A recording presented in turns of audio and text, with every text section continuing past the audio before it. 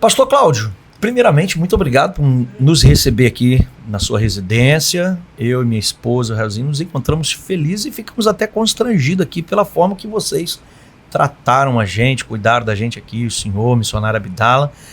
Muito obrigado mesmo, tá aqui. Meu amigo, é o mínimo que eu posso fazer para a família de vocês, por vocês. Pra gente é uma alegria muito grande poder recebê-los aqui e verdadeiramente tratar, né? Amém. Digno de profeta, né? Amém. É sempre bom estar na presença dos amigos. Claudinho, pra gente começar, qual a sua idade, querido? Rapaz, Você é novo. Eu vou ter que falar aqui mesmo. Tem que falar, tem que falar. Aqui Rapaz, é pra revelar tudo. Eu tô com 39 anos, meu amigo. 39 anos. 39 anos. É. Mas com saúde de 20. Eita glória. Tão novo, já pastoreando. Deixa eu te perguntar, você é filho único, Vaso? Não, eu sou filho... eu tenho uma irmã, né? A Poliana. E o Rafael, né? A Poliana é mais velha que você. A Poliana é mais velha, eu sou o caçula, né? Seu caçulinho. O Rafael já se encontra nos braços do pai, né? Sim. Já partiu. Com 18 anos, meu irmão ele faleceu com câncer, né? Com câncer, ele deu uma leucemia, câncer na medula. Você tinha quantos anos nessa época? Eu tinha 17 anos. 17 anos. 17 anos. Como é que foi pra você, assim? Rapaz, pra gente, assim, foi um choque de realidade, né? Fez vários tratamentos. Ele fez um tratamento... Ele tava sentindo muita dor no corpo, cabeça, enfim. Aí o médico falou que era siso, que tinha que arrancar o dente. Aí arrancou o dente, não melhorou. E na época a gente lutava, né? A gente fazia taekwondo junto. E meu irmão era muito forte na época, né? Meu irmão era mais forte que eu. Eu sempre fui mais magro, mas ele sempre foi mais forte, bem assim distribuído no corpo. E a gente lutava junto, fazia academia junto na época. E ele foi só atrofiando, né? Foi só atrofiando. Nossa. Foi quando, se não me engano, o Dr. Carlos Magno falou que ele poderia ser leucemia, câncer na medula. Na época eu não tinha ainda a fundação. Estava ainda construindo a fundação ainda, Cristiano Varela. Na época ele foi transferido para Juiz de Fora, que foi onde constatou realmente leucemia, câncer na medula. Se tivesse, de repente, tido um diagnóstico, né, precoce, começado um tratamento, né, antes disso tudo. Não, com certeza. Talvez. Talvez sim, ele estaria junto conosco hoje, mas tudo tem um propósito, né? Tudo é permissão de Deus, né? É por ele que a gente vive, então Deus sabe todas as coisas, né, Israel? Então você mesmo presenciou meu irmão, como é que meu irmão era. Forte. Ele, uma pessoa assim, tranquila, podemos dizer até no ditado popular de hoje, né, como o pessoal fala, era um menino careta, né? Mas é um menino sempre assim responsável, trabalhador e tudo, mas na época que ele estava para Juiz de Fora, ele ficou até bom. Ele ficou forte novamente, ele voltou a recuperar a força física, passou pela primeira fase ali da quimioterapia. Ele teve na minha casa aqui várias vezes em Muriaé, né? Ele teve com a gente lá, enfim. Mas acabou que prove ao Senhor recolheram, né? Mas eu acredito que tudo isso é para que o nome do Senhor seja glorificado. Eu acredito, eu me recordo, Israel, até hoje eu me recordo isso quando eu falo disso. Tem um pastor que morava do lado da minha casa e eu estava muito mal com isso, estava muito triste, e eu estava assim, não estava aceitando essa situação, porque na verdade eu posso me dizer que naquela época eu realmente era a ovelha negra da família. E se eu estiver falando demais, você já pode... Não, fica à vontade. E naquela época eu chamei o pastor André da Gávea. André Cajá. O André Cajá não, o André, esposo da... Eu esqueci o nome da esposa dele agora, que hoje eles fazem parte da Quadrangular. Aí ele pegou, chamei, ele foi na minha casa e eu falei com ele assim: varão, ora por mim, coisa e tal. Esposo da irmã Cristina. Esposo da irmã Cristina, isso aí, esposo da irmã Cristina. E ali a gente pegou e ele foi e falou comigo assim: Claudinho, fica tranquilo, Deus está levando as pessoas boas e deixando as ruins na terra. Forte, mano. E aqui dali veio como uma flecha no meu coração, sabe? Fiquei assim, até um pouco chateado com ele. Rapaz, eu ganhando uma palavra assim de ânimo, né? De, não, rapaz, chora, coisa e tal. E ele falou assim: rapaz, fica tranquilo que Deus só levou as pessoas boas. Ele só leva a pessoa boa e deixa as ruins na terra. Mas hoje eu posso entender aquilo que ele falou comigo, que eu não poderia morrer naquele momento. Que até na verdade, eu até falei com ele: rapaz, por que Deus não me levou? Foi justamente isso. Eu falei com ele: pastor, por que Deus não me levou? Por que ele foi levar logo meu irmão? Aí ele falou comigo: rapaz, porque ele só leva as pessoas boas e deixa as ruins na terra. Meu Deus. E hoje eu entendo isso, que naquele momento eu não poderia morrer, senão eu estaria no inferno. Então hoje eu entendo que Deus me deu uma chance para que eu possa consertar com ele. para que eu realmente pudesse ter um encontro real com Cristo. Pastor, aproveitando já que a gente está falando dessa importância de a gente ter esse encontro com Cristo, né? Você era, como a gente costuma dizer, pipa voada, varão. Ô, Eric, vou pedir um favor pro Eric aqui pegar o microfone ali, que eles estão até dando apoio com o ponto que a gente está aqui. Pode vir cá, varão. Chega aqui. Aproveitar que eu vou vem cá, varão. Só que tá... Aperta e segura, tá, Vidal? Ó, vou desligar. Desliguei, porque tá dando um ruído. Que aí vocês podem começar à vontade e ajuda a gente. Eles estão nos ajudando aqui, ô pastor, com algumas informações importantes. Isso. E aí eles vão nos amparando aqui em algumas informações importantes. Mas... Eu quero até aproveitar também o meu amigo presbítero Israel e também mandar um abraço também forte pro pastor André, né, e para a irmã Cristina, que também viram também meu crescimento e tudo. Um forte abraço para vocês. Uhum. Fala bem pertinho do microfone. Pastor, vamos lá. Pode trazer uma água pra gente? Que água, pastor? Deixa eu ver que o senhor já ficou emocionado aí. Que a gente vai... Nosso diretor de imagem aqui vai trazer o Eric. Obrigado, Deus te abençoe. Varão. Eita glória. Eu ainda não tenho a caneca do podcast, não. Mas assim que eu fizer, ficar pronto, eu vou mandar pro senhor de presente, tá? Pro senhor guardar de recordação aí, pro senhor e pro outros amigos que participaram com a gente aqui. Vamos lá. Pastor, vamos falar de conversão. Sim, vamos falar. Na nossa época, bairro Aeroporto, Morro do Papagaio, né? Vila Cavalier, Piliquinho. Hoje é uma escola lá, Hoje né? é uma escola. Você era do mundão, varão. Rapaz, Isso passou, tem uma história muito forte. Ô Eric, se precisar interromper e falar, só ligar o microfone, aperta e segura, tá? E assim, isso passou um momento da sua juventude longe dos caminhos do Senhor. Né? Eu acredito que foi momentos muito difíceis para os seus pais. E eu me recordo um período, né, do Olavo Torches, do Orlando Flores. Cansei de ver já o senhor meio que envolvido em brigas, companhias, ao lado da Abdala na época, também muito no mundo também. E eu sei que Deus fez algo assim extraordinário na vida de vocês, né? Quem vê vocês hoje não fala que aquele Cláudio tinha esse passado e essa mudança de vida que tem hoje.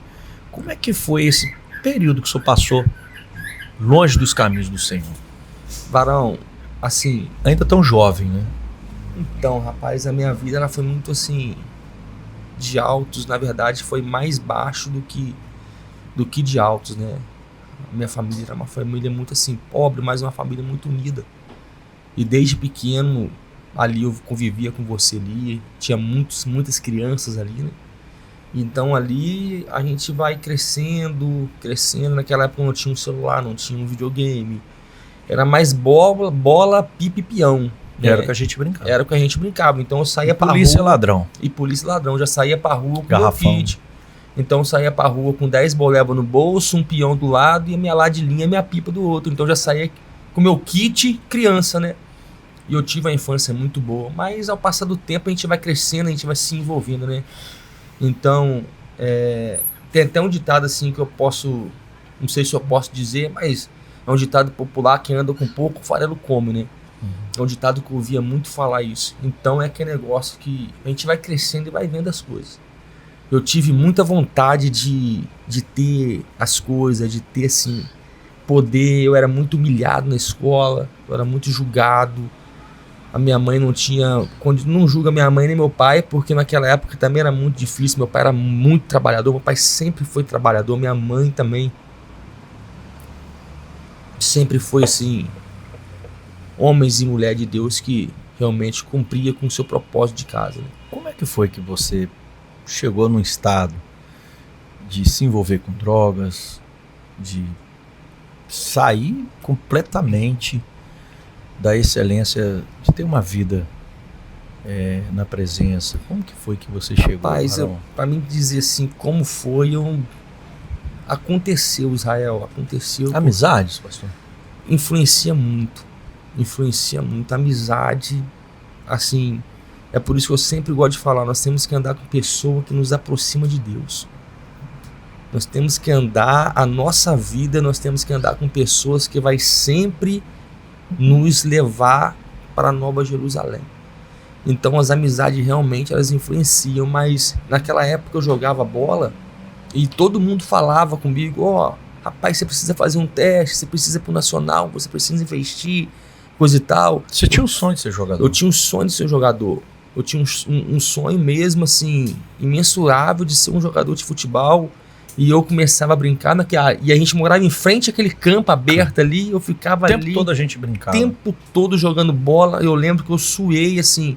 Eu ganhei uma bola na época, eu lembro até hoje, foi a minha primeira bola de couro, da Kepper. E aquela bola, quando ela ficava pesada, quando molhava, ela doía o pé, ficava igual um concreto. E um amigo meu, o Wagner Gogó, te amo, cara. Você é uma benção. Lá do Napoleão. E eu via ele bater na bola, ele batia na bola igual o Marcelinho Carioca. Eu ficava encantado com aquilo, ele botava um efeito na bola. Eu ficava vendo aquilo, comecei a treinar, comecei a desenvolver. Eu ia sozinho pro campo, Israel, eu ficava treinando. Chutava de um lado, ia só afastando, e ali eu comecei a aprimorar sozinho, sem ninguém treinar. E as pessoas viam e ficavam encantadas. Aí eu peguei um dia e fui fazer um teste, cara. Fui fazer um teste no Cruzeiro. Eu tinha acho que 13 anos. Dei 2 passes pra gol, joguei demais. Eu vi que eu joguei bem, mas tipo assim, eu não tinha ninguém ali pra me dar um apoio. Não tinha um pai, não tinha um tio. Eu não tinha assim um QI pra me levar. Aí meu pai falou assim, rapaz, você tem que trabalhar. É aquele negócio, né? Trabalha. Futebol não é futuro. Futebol não é futuro. Você tem que trabalhar, casar e entrar na Minha Casa Minha Dívida, né? Que era o plano da Caixa, né? Aí eu falei assim, não, rapaz, eu quero jogar bola. Aí eu peguei e falei assim, rapaz, não tem jeito. Aí que dali foi e me desanimou. Aí eu comecei a andar com alguns tipos de pessoas, que foi onde eu conheci, né, o cigarro. O meu primeiro vício foi o cigarro. A minha tia fumava, eu pegava as guimbas escondidas e dava aquelas tragadinhas, mas nada assim, normal. E eu lembro como se fosse hoje, Israel. Ali foi assim o meu pé de entrada para o mundo, para conhecer coisa nova. A minha mãe sempre deixava eu ir para passar a noite, né, ir pro Dornelas, ou ir lá pro centro, quando na época que o centro da cidade de Muré era agradável. Eu peguei um dia e fui pro centro. Peguei o perfume do meu irmão escondido do caiaque, meu irmão ainda era vivo. Peguei e passei o perfume do meu irmão. Tava todo assim, podemos dizer assim, bonito. Cabelinho cortadinho na égua, cheiroso, arrumado. E fui pro Dornelas, foi eu e o Felipe.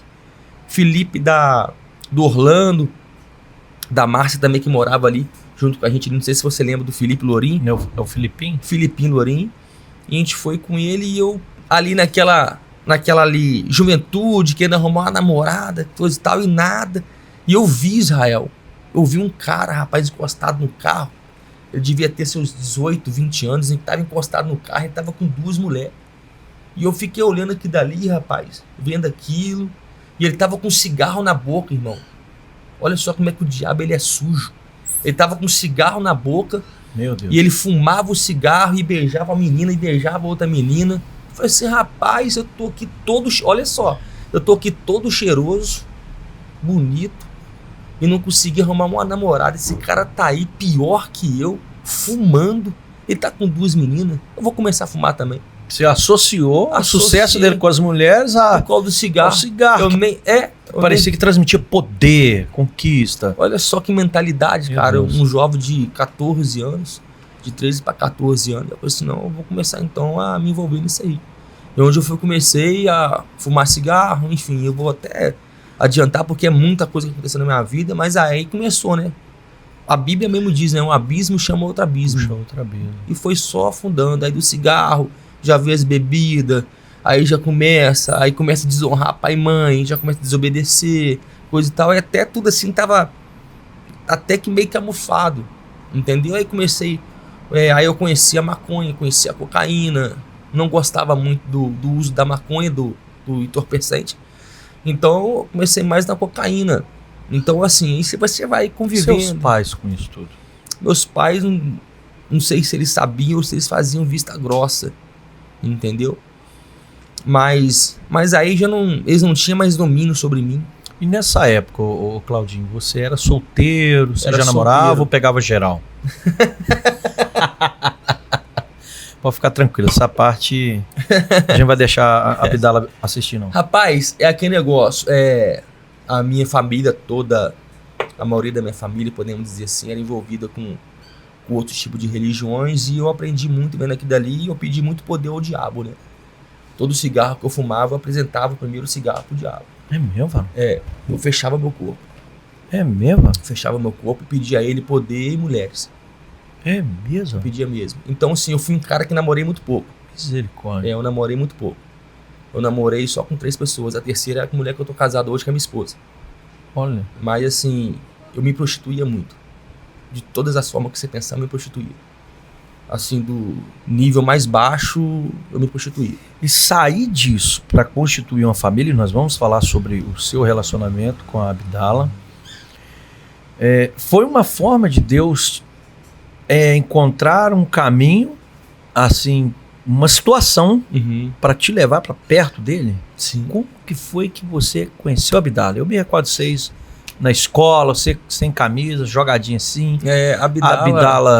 Abdala, eu vou chegar até nesse ponto, mas só para você entender esse contexto todo, aí eu comecei aquele envolvimento todo, aí nisso aí meu irmão morreu. E eu era doido para fazer tatuagem. Seu irmão? Doido. E naquela época eu não tinha tatuagem e nem brinco na orelha eu tinha.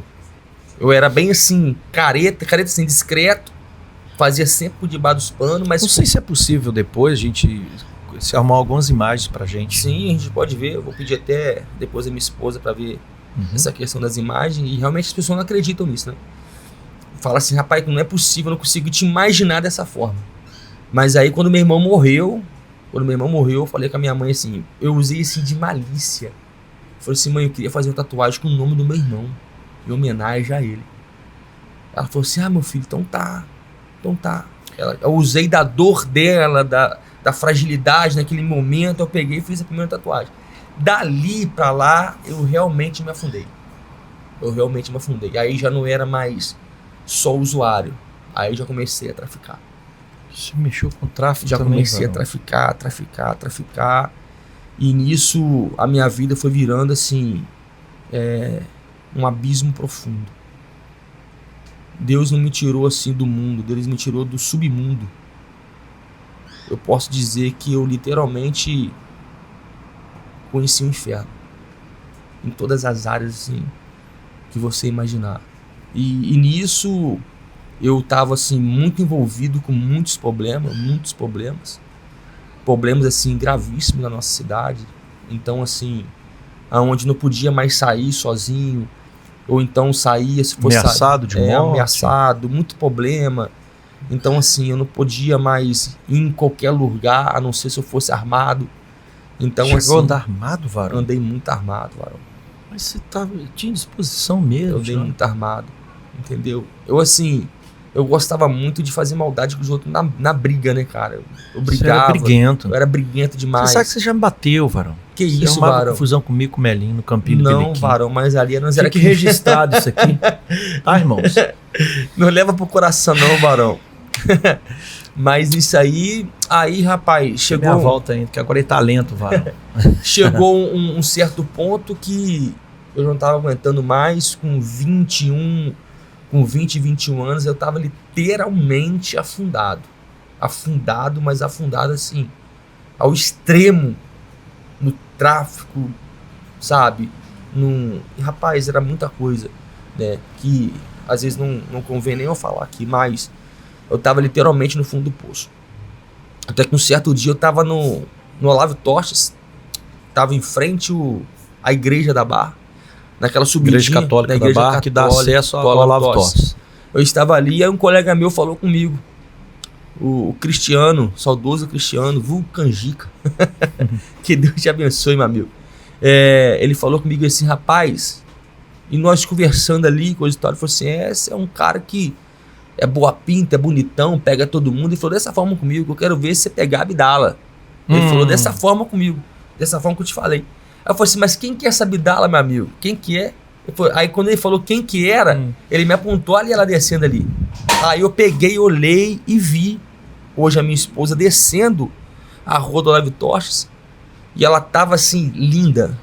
E eu quando olhei pra ela, eu vi literalmente assim, eu vi um monte de coraçãozinho, varão. Eu fiquei apaixonado, foi amor à primeira vista. Até hoje, o Abdala, eu tenho que conversar com ele ainda. Tem que conversar Varão, com você, varão. foi Apaixonado, foi varão. amor à primeira vista. E eu falei com ele assim, eu tive muitas experiências com o diabo. Muitas. Mas aquele dia eu vi que Deus, ele tinha algo profundo comigo. Eu falei com ele assim, botei a mão no ombro dele e falei assim, Cristiano, só não vou ficar com a Abdala como eu vou casar com ela. E vou ter 2 filhos homens, mano. Meu Deus, mano. Ele falou assim, não vai. E hoje louvo a Deus que essa profecia está se cumprindo até que Jesus volte. Cumpriu, mano. Já Graças se a cumpriu. Deus. Aí nisso a gente... A Abdala, na época, era a menina do colégio. Era a menina do colégio. Pipa né? voada também. Era pipa voada, coisa e tal. Gostava de poder, gostava de ostentar. Então, depois, quando ela me Gostava conheceu... dos meninos maluquinhos. Gostava. Então, Você era maluquinho. mas ela me esnobou muito. Varão. Ela Deu me- trabalho. Ela me esnobou muito, ela me É esnobou mesmo, muito. varão. Mas assim, ela não me dava muita ideia, mas as colegas dela, ela vai até confirmar isso depois também.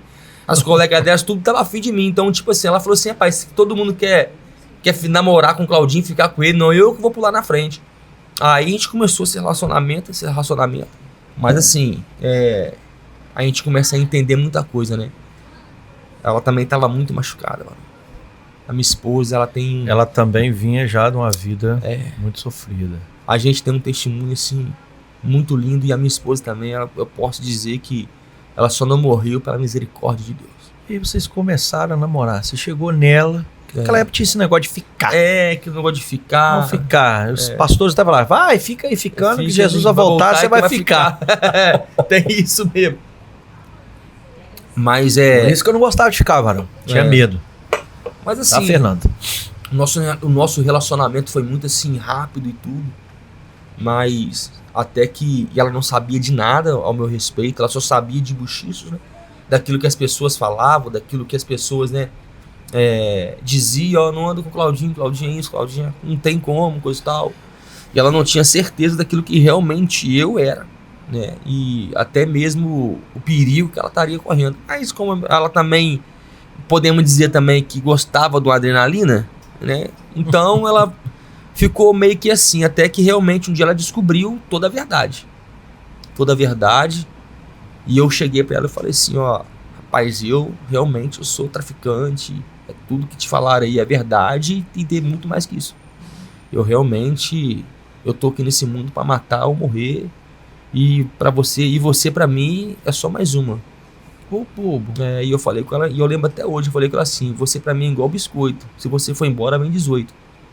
E nisso ela pegou e não sei o que deu nela, que ela criou coragem, não vou te largar também não. Mas você falou isso da boca pra fora, você era apaixonado por ela. Eu era apaixonado, mas eu me Mas não podia falar que sentia era. acuado e eu também já tava sob efeito também de droga, entendeu? Eu tava sob efeito de droga. Você ia pra escola já drogado, tava. cara? Você Rapaz, eu vendia na escola, eu traficava na escola, É mesmo, cara? o segurança da escola tinha medo de mim.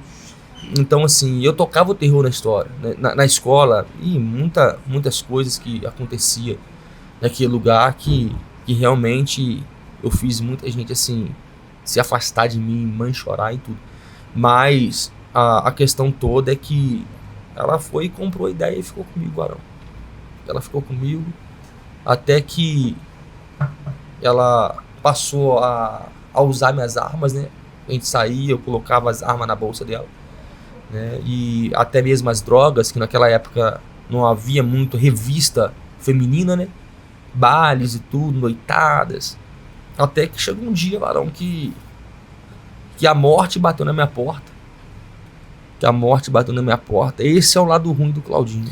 Claudinho, vocês casaram cedo. Cedo, varão. Cedo. 15, 16? Não. Ela tinha 15, Abdala? 15 anos A Abdala tinha 15 anos. e eu tinha 18. É mesmo, varão? Eu tinha 18. Aí a gente casou e quando foi com 21 anos, o inimigo foi e armou uma cilada para mim, que foi o próprio Deus que me revelou, armou uma cilada e Deus interviu nisso, né? E Deus interviu nessa cilada do inimigo, que foi onde eu fui preso. Foi onde eu fui preso, respondendo processos. E ali eu me senti assim, perdido, sem ninguém, sem amigo. Cela 8. Cela 8. Primeiro eu fui pra cela 5. Fiquei na cela 5 e na cela 5 eu fiquei lá. Como foi essa experiência lá, Varão? Rapaz, é surreal. Muitos falam que ali é o inferno, mas ali é a porta do inferno. Ali você decide se realmente você quer ficar no inferno ou se você quer sair.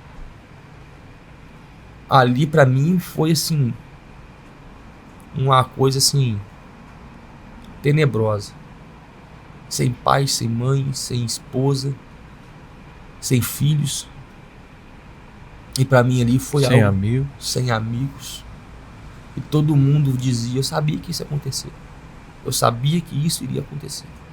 Eu sabia que isso uma hora iria acontecer com ele. Só que lá atrás, Israel, lá atrás, nesse período de 14 anos, eu tive meu primeiro encontro com Deus. Eu tive meu primeiro encontro com Deus, que foi na Assembleia de Deus da Gávea. Tive meu primeiro encontro com Deus, tive a presença, a oportunidade de ouvir o saudoso pastor Eliezer pregar, né? E eu aceitar Jesus naquele momento, na pregação dele.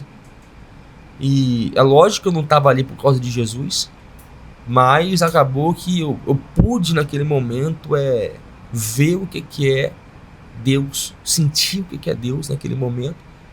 Eu fiquei ali, se não me engano, acho que foi 3 ou 4 meses, caminhando ali na Assembleia da Gávea. E ali eu pude ver várias coisas acontecendo, vendo como é que era aquele movimento hoje pentecostal e tudo, e aquilo ali me agradava também ao mesmo tempo. E eu lembro que veio sobre mim hoje eu sei que é uma revelação de um chamado pastoral, mas só que não me ligava sobre muito aquilo. Mas só que quando é de Deus, nós entendemos que o tempo também é de Deus. E quando eu fui preso, eu estava na cela 5, e para mim sim, e eu pensei, acabou para mim minha vida. Acabou, cara. Minha esposa vai embora, eu vou perder meus filhos. E naquele momento Deus foi, o guarda chegou na cela, chamou meu nome e falou assim, vou te trocar de cela, vou te colocar na cela 8. E ali pra mim foi a divisão. Foi assim, o ápice daquilo que Deus queria fazer na minha vida. Que na cela 8 era a cela dos crentes, Varão. Nossa. Era a cela onde era responsável pelo culto da cadeia, que toda segunda, quarta e sexta tinha culto na igreja, na cela, e a minha cela, a cela 8, era responsável pelo culto, e ali, rapaz, primeiro culto eu em cima da cama, segundo culto eu em cima da cama, terceiro culto já saí de cima, pulei pra cama de baixo, e ali vendo aqueles louvores, o pessoal clamando a Jesus, rapaz, e pensa num culto assim, pentecostal, Varão, dentro da cadeia. Eu não entendia nada, falei assim, rapaz, esse cara é doido.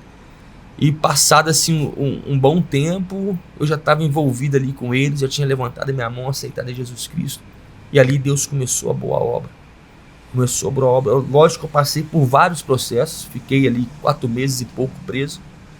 Eles não quiseram aceitar a fiança minha, advogado chegou, não quiseram aceitar a fiança. E foi um período que eu passei ali de 4 meses que para mim parecia 40 anos. E ali o pastor João Carlos foi até lá me visitar, e tem toda aquela história e tudo, mas ali eu vi verdadeiramente a mão de Deus. Depois eu fui transferido de cadeia, eu fui lá para Eugenópolis, e tinha um culto da Wesleyana lá em Eugenópolis, que o pastor Nélio com a sua esposa estava pregando esse dia, que era da Wesleyana, metodista Wesleyana, e a esposa dele veio até a grade onde eu estava e falou comigo assim, filho, estou eu abrindo a porta no meu tempo, mas te prepara, porque quando saístes daqui, tenho eu um povo separado para você e um cajado te esperando. Meu Deus. Forte, mano. E quantos anos atrás isso?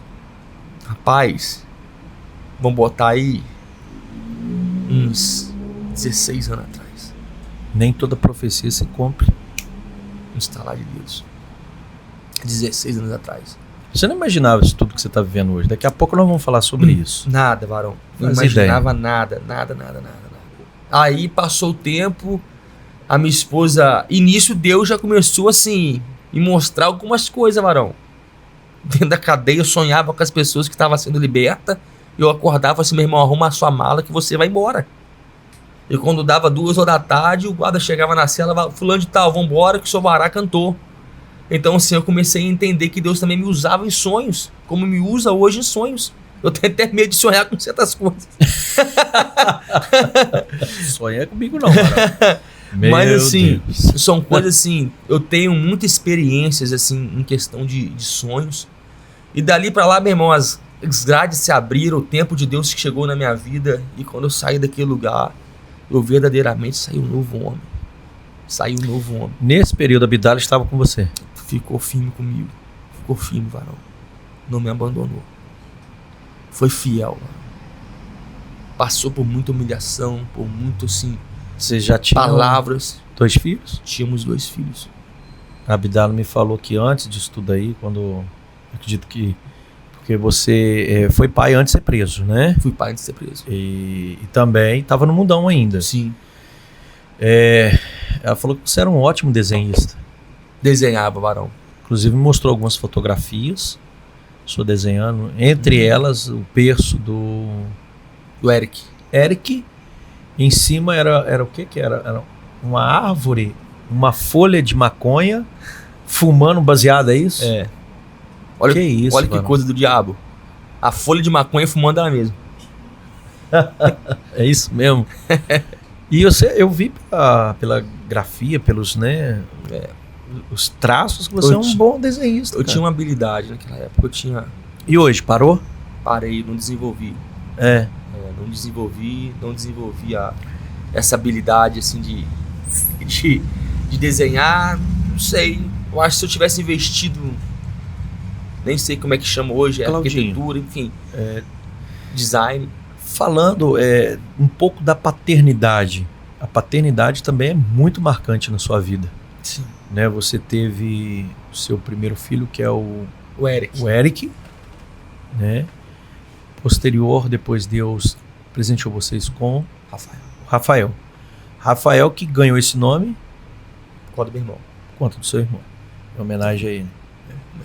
E aí veio o Rafael, que marcou muito a vida de vocês. Marcou. Na verdade, assim que meu irmão morreu, faleceu, se eu não me engano, num período de 1 ano, minha esposa engravidou do Eric. E quando o Eric chegou, assim, foi uma alegria tremenda, cara. Foi uma alegria, assim, surreal.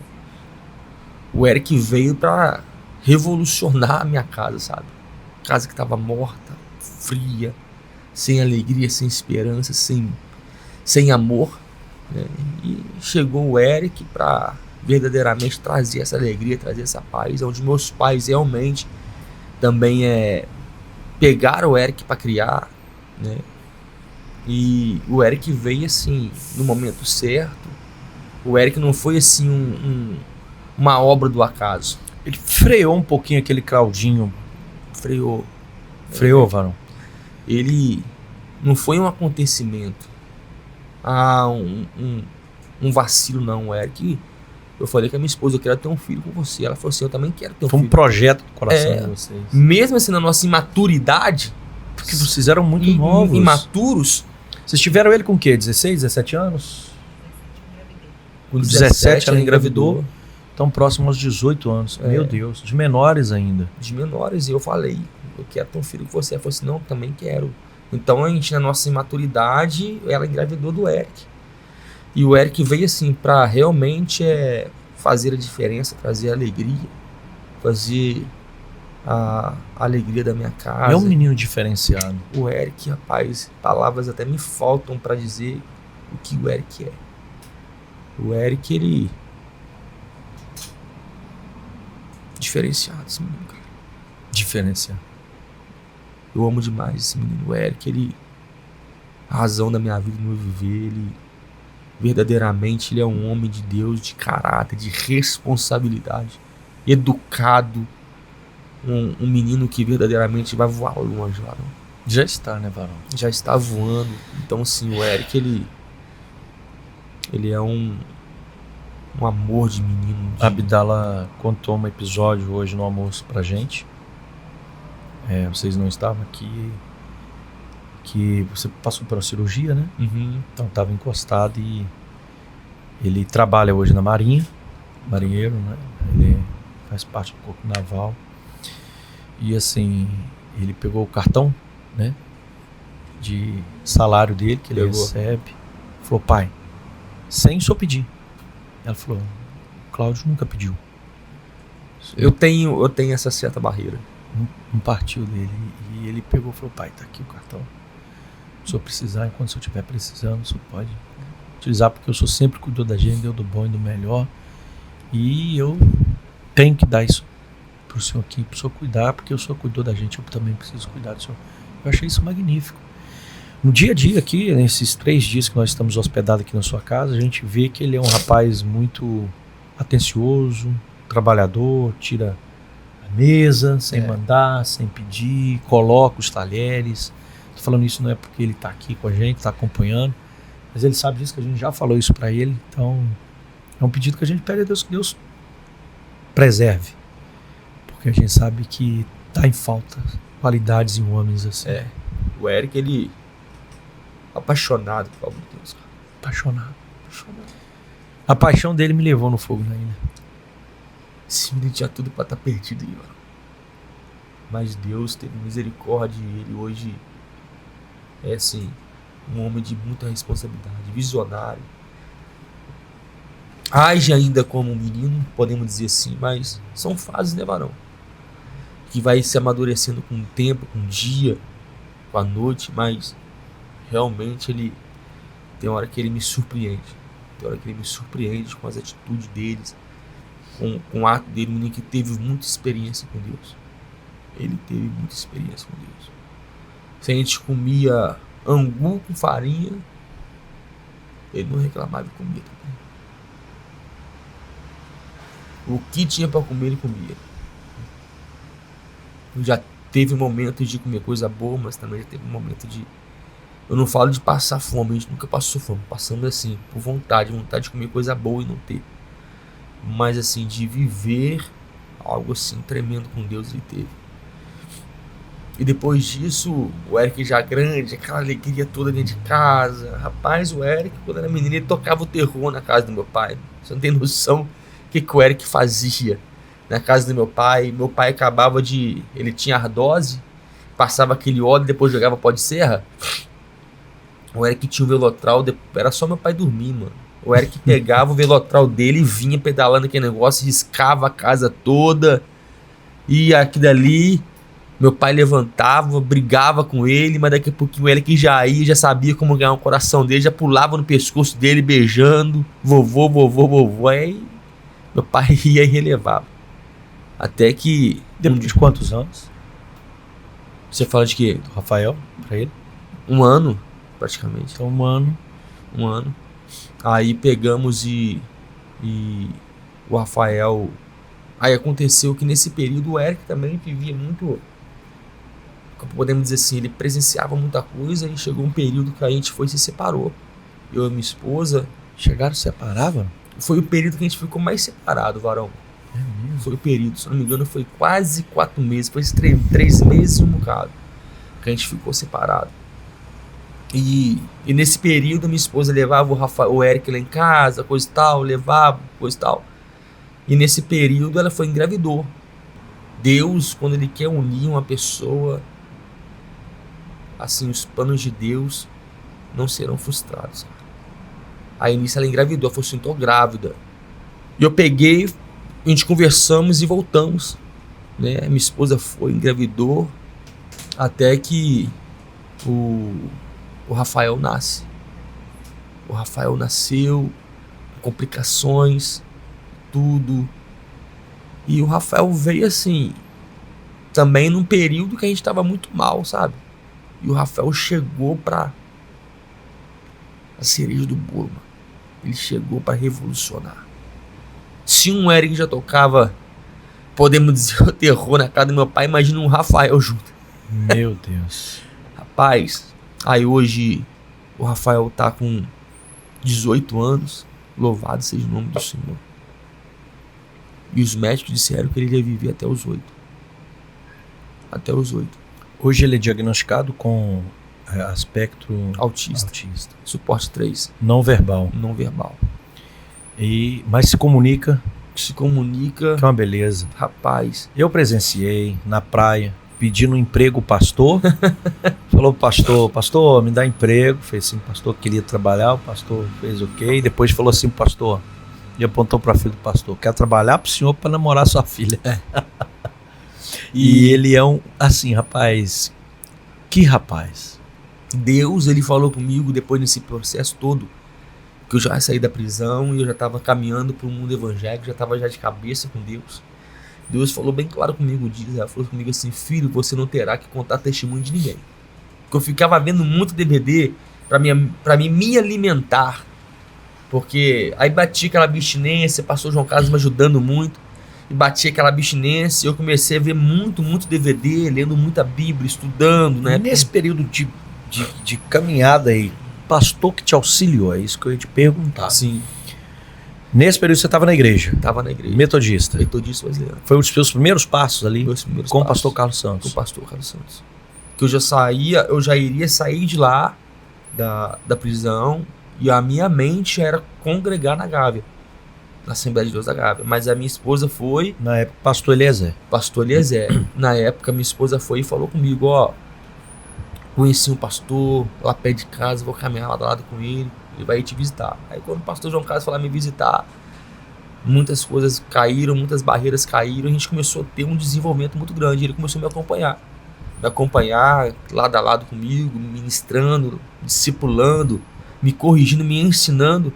E Deus, assim, eu via muito DVD, naquela época ainda DVD ainda, né? Via muito DVD de pregação, de testemunho. Até que um dia eu estava vendo um testemunho, Deus falou comigo, filho, eu ficava impressionado vendo o testemunho das pessoas. E Deus falou comigo que você não vai precisar contar testemunho de ninguém. Vou fazer de você e da sua família testemunho vivo nessa terra para levar o meu nome. Aí eu falei assim, rapaz, é forte esse mistério. E dali para frente muitas coisas aconteceram, muitas coisas. A minha libertação, meu batismo nas águas, meu batismo com o Espírito Santo, a vinda do Eric, na verdade a transformação do Eric, agora com o Rafael, agora a gente aprendendo a lidar com a síndrome, né, que ele também tinha uma síndrome rara, síndrome de Coffin-Siris, a minha esposa vai saber explicar melhor do que eu isso, e agora vem ainda o autismo, né, suporte 3, e a gente se adaptando com aquilo, o médico falando que ele ia morrer com 8 anos de idade, mas o médico errou nos cálculos, né? Errou na profecia. A palavra do médico não quer afinar, é de Deus, né? É de Deus, a última palavra vem da boca do Senhor. Hoje já está com 18 anos, para a honra e glória do Senhor. E muita coisa aconteceu, Israel. E aí você, de fato, firmou na presença do Senhor. Firmei, graças pastor a Carlos Santos. Carlos Santos. E conseguiram alicerçar a família de vocês. Não só você, como a Abdala, o Eric e o Rafael também, numa igreja que deram muito apoio para vocês. Demais. Nesse momento aí. Demais. Né, na caminhada. Dito isso, você fez uma transição de ministério. Fiz uma transição. Né, ficou um bom tempo na Metodista Brasileira com o pastor Carlos Santos. Depois disso, você foi para a Assembleia de Deus, que a gente fala da Rockefeller. Né? Rockefeller, na rua Rockefeller. Que na verdade é a primeira Assembleia de Deus em Muriaé. Pastor, na época, pastor Dimas já? Não, já. Na época eu fui já era pastor Dimas. Lógico, pastor Dimas. Pastor Dimas. E foi recebido também. Fomos recebidos. Para mim foi uma mudança assim, muito assim, boa. E foi muito assim, radical também. Demais, né? Radical. Foi muito direcionada de Deus. Né? E a gente ficou 1 ano orando, eu e minha esposa, em questão da Metodista Wesleyana. A gente não queria sair debaixo também de uma maldição, a gente não queria sair de qualquer maneira, né? Então a gente orou muito e chegou a pandemia e tudo. O pastor João Carlos, ele foi assim um divisor de água nas nossas vidas. São ciclos, né, São Marão? Eu ciclos, costumo dizer que isso aí, é essa é a ciclos palavra. que a gente precisa viver Isso e aí. que Deus fecha. Para E iniciar dados um ciclos novo. para iniciar um novo. Isso aí. Né? Então, assim, E tem pessoas que Deus usa especificamente na formação daquele ciclo, para você ter êxito naquele ciclo. O pastor Carlos Santos foi isso na vida de vocês. o pastor João Carlos, ele E assim como o pastor Dimas, o ministério da Assembleia de Deus da Rockefeller, foi notório na vida de vocês O também. pastor João Carlos, ele foi assim, um pai, foi um divisor de água no ministério, pastor de referência que eu tenho hoje em Muriá também. Eu achei bonito, aniversário de 12 anos, 12 anos, a Defonte, a Fonte de Vida. aqui em Serra Dourada, você convidou ele foi um dos pastores que Isso, esteve ministrando. Foi uma benção, foi um momento ímpar, um momento emocionante. muito. Pra gente foi uma alegria muito grande poder receber o pastor João Carlos, também poder te receber também a sua família no nosso aniversário de 12 anos. Eu queria já aproveitar e mandar um forte abraço para todo mundo da Fonte de Vida Serra Dourada, Assembleia de Deus, que Deus Povo possa abençoado. abençoar esse povo. Esse povo é uma bênção, esse povo que Deus nos concedeu em nossas mãos é povo de Deus. Tô levando um pedacinho da Defonte aqui dentro do meu coração. Eu, mais Ananda e o Raelzinho. Né? Eu sei disso, varão. É um povo Mas que... aí a gente pegou e oramos e fomos para a Rockefeller, para a Assembleia de Deus, primeira Assembleia de Deus em Muriaé, que é onde a gente foi muito bem recebido, através de toda a membresia da igreja, os líderes. Pastor Dimas, então, fora da curva, Pastor Dimas é um pastorzaço. Pastor Dimas é igual você falou assim, é uma outra cultura, uma outra, podemos dizer assim, até mesmo doutrina e tudo, onde a gente aprendeu bastante coisa. E pra mim foi um desafio, varão. Ir pra Rockefeller, barbudão, jogando bola ainda. Não pode, Não lá tem pode. todo um regulamento Tem interno, todo o uso e regulamento. costume. Isso. Pra mim não teve... Assim, Show futebolzinho no final de semana. varão teve que parar e até hoje não consegui voltar. Agora que não volta mesmo. Agora que não volta mesmo, Vida varão. pastoral não deixa tempo pra isso. Mas pra mim foi uma experiência muito boa. Muito boa. Meu irmão, eu vivi assim, 2 anos e pouco eu fiquei na Assembleia de Deus, eu vivi algo extraordinário. Ali, pra mim foi um prazer, foi uma alegria, uma honra muito grande poder ser pastoreado pelo pastor Dimas Martins, também é um pastor que eu amo, né?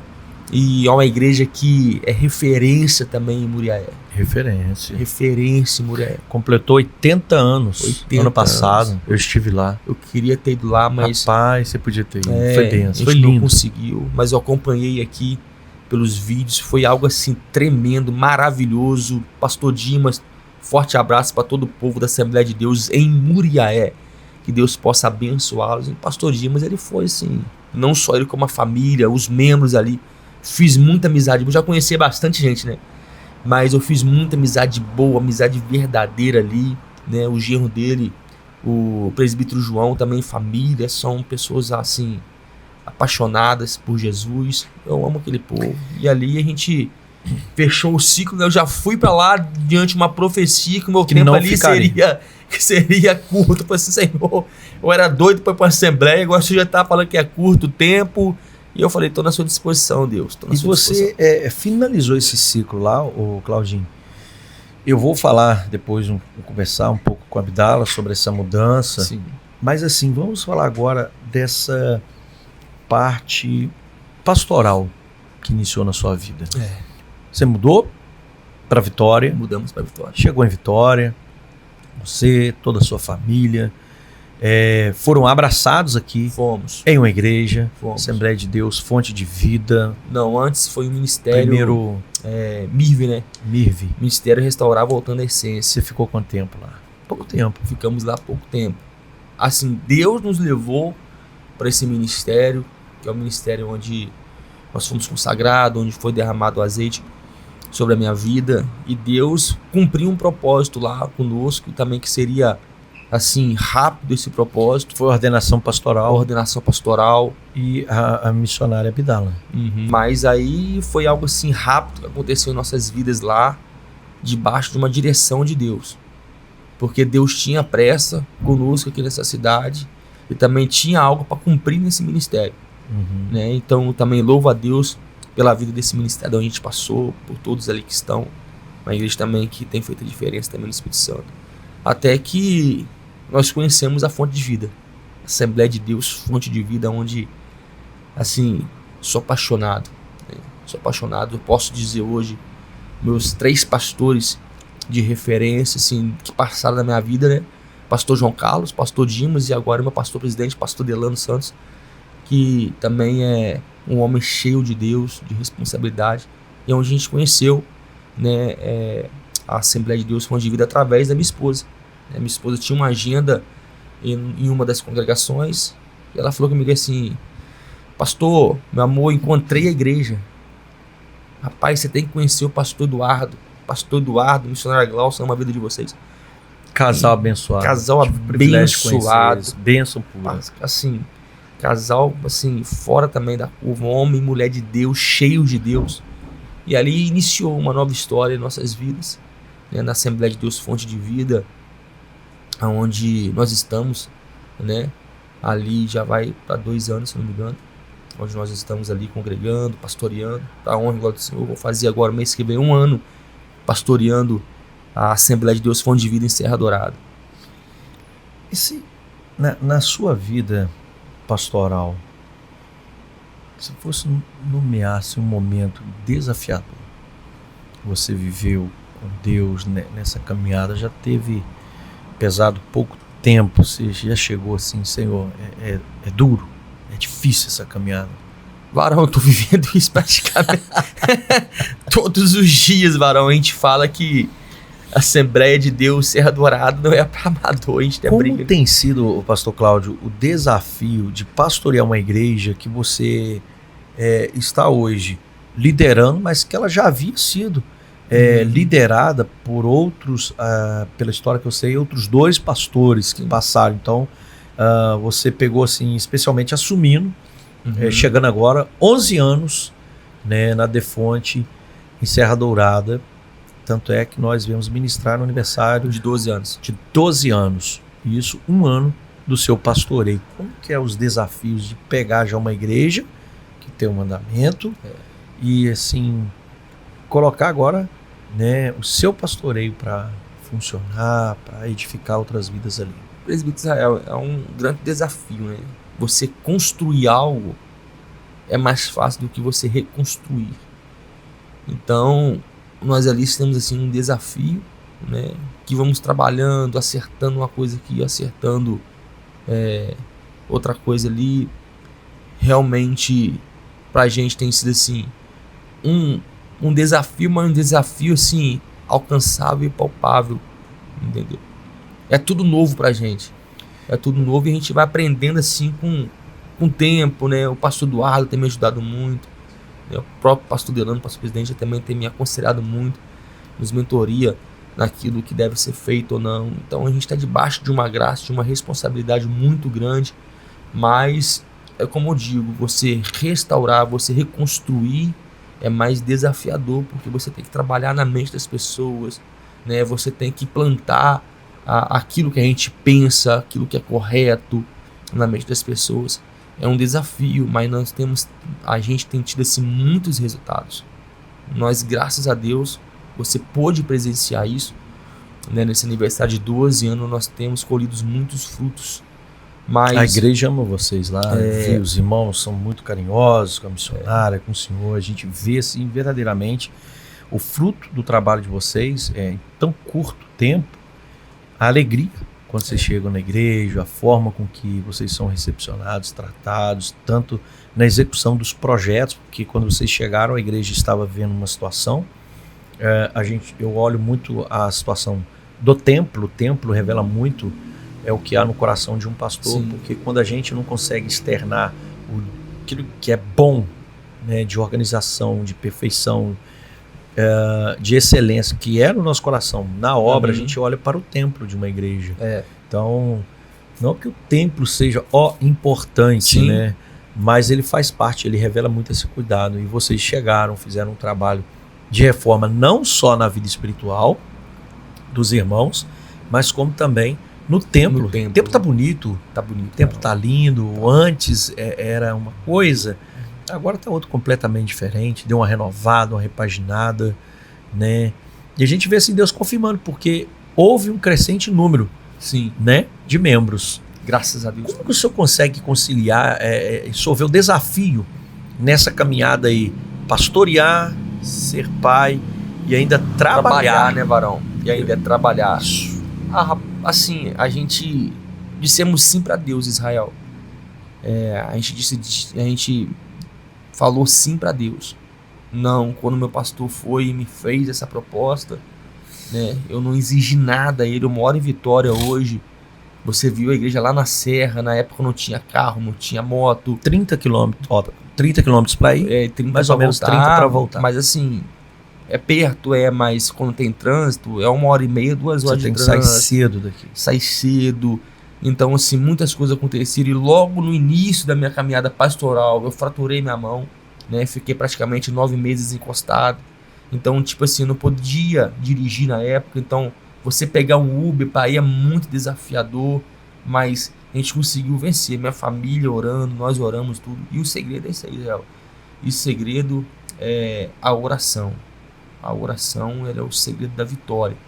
E nós realmente vivemos muitas coisas naquele lugar. Estamos vivendo, né? Como você disse, não só espiritual, que é trazer o povo para a oração, implantar a visão. Nosso pastor presidente fala que nós crescemos debaixo d'água, evangelizando, e tudo que a gente faz é com excelência, né? Você conhece a minha esposa, Misturada Abdala, e a gente não faz as coisas só porque tem visita, nós vivemos isso, a gente criou esse hábito de fazer tudo com excelência. Então, quando a gente faz para excelência, ainda mais para Deus, é uma responsabilidade maior. Então, eu não posso estar na igreja e fazer as coisas de qualquer maneira, não. Eu quero ter, podemos dizer assim, os melhores microfones, eu quero ter o melhor som, eu quero realmente viver algo novo com Deus e entregar para Deus aquilo que é de melhor. Como é que o senhor vê hoje o papel da igreja em meio aos desafios sociais hoje que a sociedade enfrenta, pastor? O senhor acha que a igreja ela precisa estar inserida num contexto social que ela seja relevante, assim, de trabalho, como cuidar de pessoas na prática mesmo? Sim, varão. Tem que ter esse cuidado com pessoas, é trabalho social, é realmente estender as mãos. É estender as mãos e através disso, a palavra de Deus. É realmente implantar a palavra de Deus no coração do povo. O povo está sedento. Então, realmente, nós temos que trabalhar dessa forma, trazendo o povo para dentro de podemos dizer, de uma realidade, né? Chamando a atenção do povo para aquilo que Deus quer falar com o povo, para aquilo que Deus quer falar com a sua igreja. Hoje o senhor está inserido num contexto de cuidado e de estrutura pastoral, né? Porque o senhor é subordinado a um pastor presidente. Sim. Que lhe dá todo um amparo. Sim. O senhor acha que esse cuidado é importante para o crescimento da igreja local? Não estou falando da igreja sede, da igreja local. Esse cuidado que o pastor presidente tem. Com certeza. O senhor, com sua família, com sua casa. Com certeza. Isso é essencial para a família pastoral. Não só para a família pastoral, mas sim para os pastores que estão no campo, a obra missionária. Isso é muito importante, ter esse suporte, ter esse braço estendido. Entendeu? Ter esse cuidado com a família pastoral, com os pastores. Então isso gera isso na verdade faz toda a diferença. Você é um pastor jovem. Sou um pastor jovem, podemos dizer, 39 anos. 39 anos, da minha idade. Você é de que mês? 31 de dezembro. Nossa, rapaz. Então, você faz 40, dia 31. 31 de dezembro. Sou mais velho que você ainda. Faço dia 4. Faz dia 4. É em dezembro também. Dezembro também. Você acha que existe um certo, de repente, não sei se o senhor já passou por isso, preconceito ou uma certa rejeição de pastores antigos? Não estou dizendo só no ministério do senhor, no modo geral, no contexto geral das igrejas. Porque nós somos numa época em que não se via pastores novos. Sim. Não via pastor, pelo menos eu não me recordo. Os pastores que eu conheço, a maioria tinha bigode. Bigode grosso ainda, né? Hoje já não, a gente vê ministros, pastores com 23 anos, 21, 24, eu sei de pastores aí que assumiram a presidência de um ministério com 21, hoje estão com 40 consolidados e Deus ampliou as tendas assim de uma forma extraordinária. Existe, o senhor já sentiu, já passou por isso no ministério? Israel, assim, que eu presenciei, não. Dentro do meu ministério, não. Dentro, assim, da fonte de vida, ainda não presenciei, eu acredito que nem vou presenciar esse certo tipo de preconceito, porque eu tenho convicção daquilo que Deus me entregou, eu tenho convicção de quem me chamou, e foi Ele que me chamou, entendeu? Então eu penso assim, tem uma rapaziada nova aí que tá vindo voando mesmo, que tá querendo Deus, que tá sedento com Deus, que tá buscando, que tem pastor, entendeu? Que tem liderança. Então assim, se realmente, porque Deus não vê idade, Deus vê comprometimento e amor pela obra dele. Você chegou onde Deus projetou para você chegar? Não. Você sente isso? Não. Falta ainda? Tô engateando ainda. Eu tô engateando, falta muita coisa ainda, varão. Eu tenho muita coisa para aprender, varão. Eu tenho muita coisa. É o meu primeiro ano pastoreando igreja, eu já errei muito, né?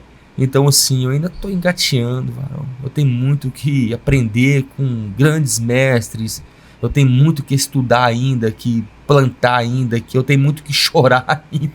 Qual conselho que você daria para um jovem que está iniciando no ministério pastoral? Qual seria assim conselho que você daria para aquele jovem que começou, mas ainda se encontra meio com medo dos desafios do ministério?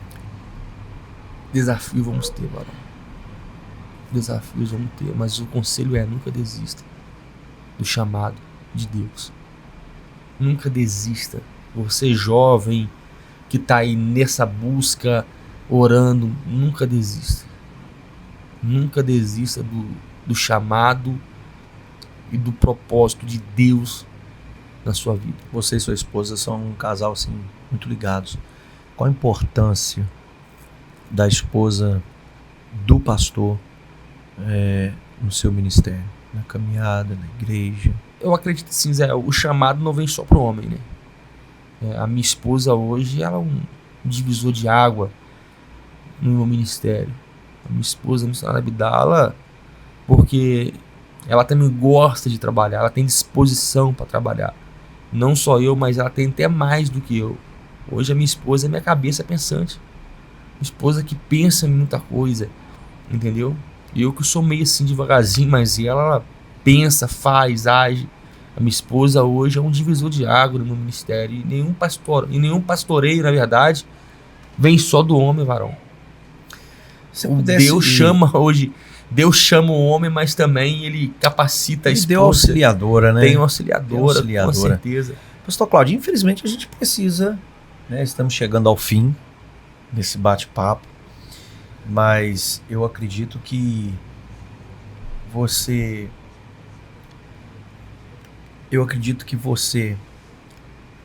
viveu grandes coisas, sim, né? Olhando assim para o seu passado, comparando hoje o que você está vivendo, o que você vai viver ainda, toda a experiência que você viveu, de certa forma, contribuiu para se tornar quem o senhor se tornou hoje? Com certeza. Muitos dos problemas que eu pego para resolver na igreja é algo que eu já vivi. Muitos dos problemas que a minha esposa pega para resolver na igreja, gabinete pastoral com mulheres, são coisas que ela já viveu. Então a gente, assim, todas as coisas cooperam, né, para aqueles que amam a Cristo. Então eu acredito que tudo isso que eu vivi me serviu de bagagem. Porque quando eu vejo um viciado, um drogado, meu irmão, desanimado da vida, eu faço: meu irmão, teve jeito para mim, tem jeito para você. Só basta você querer e estender as mãos, que Deus, ele vai te colocar de pé. Então eu era uma alma perdida, meu amigo, e Deus me encontrou. Então tudo isso que eu vivi serve hoje de testemunho para que outras vidas entendam que Deus é o mesmo Deus de ontem, de hoje e de eternamente. Então eu acredito viamente que tudo isso que eu vivi é para que o nome dele seja glorificado e realmente serviu de bagagem para a minha vida. Pode-se dizer que uma frase que definiria o seu ministério pastoral é a frase do carcereiro: eu e a minha casa serviremos ao Senhor. Isso aí, mas tem até um versículo.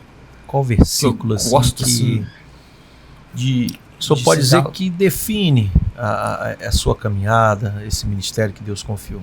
Rapaz, tem aquele versículo, a parte B, que fala que aonde abundou o pecado, superabundou a graça de Deus. Isso também, na época de maletinha de pregador itinerante, eu cismava que era pregador itinerante. Eu tinha um cartão e esse versículo falava muito comigo. Eu coloquei só a parte B dele, que aonde abundou o pecado, superabundou a graça de Deus. Mas tudo isso sabemos que foi o próprio Senhor que nos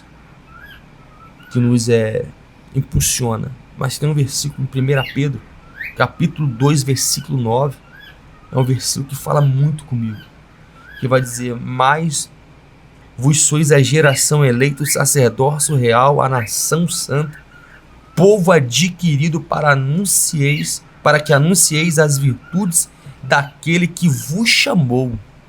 Olha só, das trevas para a sua maravilhosa luz. Esse versículo também é muito forte, muito forte. Porque eu estava nas trevas, varão. Eu estava nas trevas. Mas Deus me resgatou e me colocou na presença dele para pregar a tua palavra e anunciar as boas novas de Cristo, que ele breve vai voltar para resgatar a tua igreja, e juntos vamos glorificar aí dizendo: Santo, Santo é o Senhor dos exércitos. Amém. Aproveitando, olha para nossa câmera, deixa uma mensagem aí para quem está acompanhando esse podcast. Aquilo que Deus colocar no seu coração, simples, uma mensagem de... Israel, quero louvar a Deus, né, por esse momento que a gente passou, esse bate-papo. É muito bom a gente estar conversando, mas eu quero deixar uma palavra de fé para o seu coração, você que nos ouve, que nunca desista do seu chamado, porque Deus, ele sempre tem o melhor para a sua vida. Que Deus possa verdadeiramente te abençoar. Aonde quer que você esteja, você entenda que você é a luz, e aonde a luz de Cristo habita, não há lugar para as trevas. Que Deus possa te abençoar poderosamente, você que nos ouve, e que a graça do Senhor seja derramada sobre a sua vida abundantemente, em nome de Jesus, meu amigo. Muito obrigado, pastor Cláudio, pela sua participação. Deus abençoe. Você é uma bênção, meu amigo. Você é o meu amigo do coração. Espero voltar aqui mais vezes. Com certeza, a gente não nos vê aqui em Vitória. Nos veremos em Muriaé. Em Muriaé ou na Glória. Em nome de Jesus. Em nome de Jesus. Deus abençoe sua vida, Deus abençoe sua casa. E até o próximo podcast Papo com Propósito. Que Deus te abençoe e a paz do Senhor Jesus. Amém.